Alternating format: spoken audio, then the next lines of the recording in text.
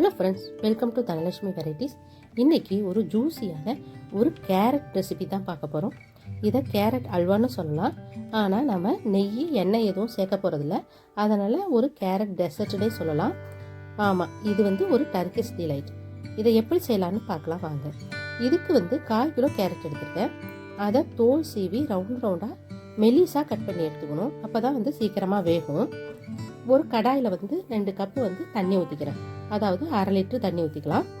அதில் லைட்டாக சூடு வந்ததுக்கப்புறம் கட் பண்ணி வச்சுருக்க கேரட்டை வாஷ் பண்ணி சேர்த்துக்கலாம்.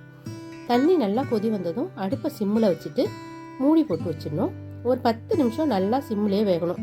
10 நிமிஷம் கழிச்சு நம்ம திறந்து பார்த்தோம்னா நல்லா மசிகிற அளவுக்கு வெந்திருக்கும். சுடு தண்ணிலேருந்து இப்போ எடுத்து வச்சிடலாம். நல்லா ஆறுனதுக்கப்புறம் தான் நம்ம மிக்சி ஜாரில் அரைக்கணும். கேரட் அரைக்கிறதுக்கு முன்னாடி 1/2 கப்பு போல் ஜீனியை அந்த மிக்சி ஜாரில் போட்டு நல்லா நைஸாக பவுடராக அரைச்சி எடுத்துக்கிறேன். ஏன்னா லாஸ்ட்டில் நம்ம கார்னிஷ் பண்ணுறப்போ ஃபினிஷிங் ஸ்டேஜில் டஸ்டிங் பண்ணுறதுக்கு தேவைப்படும். அதனால் மிக்சி ஜாரை வேஸ்ட் பண்ண வேணாம் அப்படின்ட்டு ஃபஸ்ட்டில் நம்ம ட்ரை பவுடர் அரைச்சிக்கணுங்கிறதுக்காக நான் சுகர் ஜீனியை நல்லா நைஸாக அரைச்சி எடுத்துக்கிட்டு அப்புறமா கேரட்டை போட்டு நல்லா மசியாக அரைச்சிக்கணும். அப்புறம் இதுக்கு 1/2 கப்பு போல் ஜீனி, அதாவது 150 கிராம் தேவைப்படும். 1 ஸ்பூன் ஏலக்காய் பவுடரும் எடுத்துக்கலாம் சேர்த்து. அப்புறம் இந்த ஸ்பூனால் 3 ஸ்பூன் போல் கார்ன்ஃப்ளவர் எடுத்து 100 கிராம் போல் தண்ணி ஊற்றி நல்லா கட்டி இல்லாமல் கரைச்சி எடுத்துக்கணும். ஏன்னா நம்ம நல்லா அல்வா பதத்துக்கு வரணும், ஜூஸியாக வரணும் அப்படின்னாக்கா நமக்கு கார்ன்ஃப்ளவரோட மிக்ஸ் பண்ணால் தான் அந்த ஸ்டேஜுக்கு வரும். நெய் இல்லாமல் செய்கிறதுனால நான் நான்ஸ்டிக் பேன் எடுத்துக்கிறேன். அதில் அரைச்சி விழுத போட்டு மெதுவாக கிளறி விடணும். கட்டிலாம் தட்டாமல் மெதுவாக கிளறி விடணும்.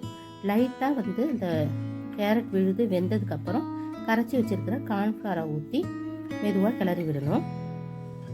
நம்ம ஸ்பேச்சுலா வச்சே கிளறி கட்டி இல்லாமல் கிளறினாலும் கிளறலாம். எனக்கு கொஞ்சம் கட்டி விழுற மாதிரி இருந்ததுனால நான் வெஸ்ட் வச்சு கிளறி விடுறேன்.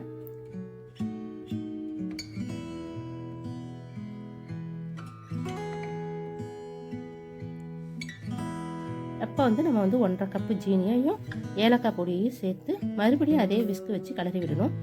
அப்போ தான் எப்போவுமே கட்டி தட்டாது. ஏன்னா நம்ம சர்க்கரை சேர்க்குறப்போ கொஞ்சம் தண்ணி விடும். அப்போ கொஞ்சம் கெட்டி விழுற மாதிரி இருக்கும். அப்போயும் நம்ம விஸ்க் வச்சே கிளறி விட்டோம் அப்படின்னாக்கா சுத்தமாக கட்டியே இல்லாமல் நல்லா சுருண்டு வரும். ஓரளவுக்கு சுருண்டு வந்ததுமே நான் பேனை ஆஃப் பண்ணிடுறேன். ஏன்னா எனக்கு ஜூஸியாக வேணுங்கிறதுக்காக நான் இந்த பதத்திலே ஆஃப் பண்ணிக்கிறேன். உங்களுக்கு இன்னும் கெட்டியாக வேணும் அப்படின்னாக்கா நெய் சேர்த்து நம்ம கெட்டியாக வர வரைக்கும் கிளறி விடலாம். இப்போது நீங்கள் நல்ல கெட்டியாக வந்தது அப்படின்னா பீஸ் போட்டு கேக் மாதிரி வேணுனாலும் நம்ம சாப்பிட்லாம். இப்போ நல்லா சூடாக கிளறினதுக்கப்புறம் நான் ஒரு கண்ணாடி பாத்திரத்தில் ஊற்றி வச்சுக்கிறேன். இதை ஷேப் பண்ணிக்கலாம். இது கொஞ்சம் ஒட்டுற மாதிரி தான் இருக்கும். ஏன்னா நம்ம நெய் போடலை அப்படிங்கிறதுக்காக ஒட்டுற மாதிரி தான் இருக்கும். ஆனால் நல்லா 1 மணி நேரம் ஆற விடணும். நல்லா ஆறுனுச்சுன்னா செட் ஆகிடும். 1 மணி நேரம் கழித்து நம்ம பார்த்தோம் அப்படின்னா நமக்கு ஜூஸியான நெய் போடாமல் கலர் எதுவும் சேர்க்காம நேச்சுரலான ஃபுட் கலரில் கேரட் வச்சு ஒரு சூப்பரான டெசர்ட் ரெடி ஆகிடும். இதுக்கு மேலே நம்ம சுகர் பவுட்ரு டஸ்டிங் போட்டு பிஸ்தா தூவி விட்டு சாப்பிட்லாம். சுகர் வேண்டாம் அப்படின்னாக்கா தேங்காய் துருவல் போட்டும் சாப்பிடலாம். அதுவும் ரொம்பவே சூப்பராக இருக்கும். சுகர் வச்சு சாப்பிட்றதும் ரொம்ப டேஸ்ட்டாக இருந்தது. தேங்காய் துருவல் அது மேலே பிஸ்தா போட்டு சாப்பிட்றதும் ரொம்ப டேஸ்ட்டாக இருந்தது. நீங்களும் உங்கள் வீட்டில் இந்த டர்க்கிஷ் டிலைட் ரெசிபியை செஞ்சு பார்த்துட்டு டேஸ்ட் எப்படி இருந்தது கமெண்ட்டில் சொல்லுங்கள். தேங்க்ஸ் ஃபார் வாட்சிங்.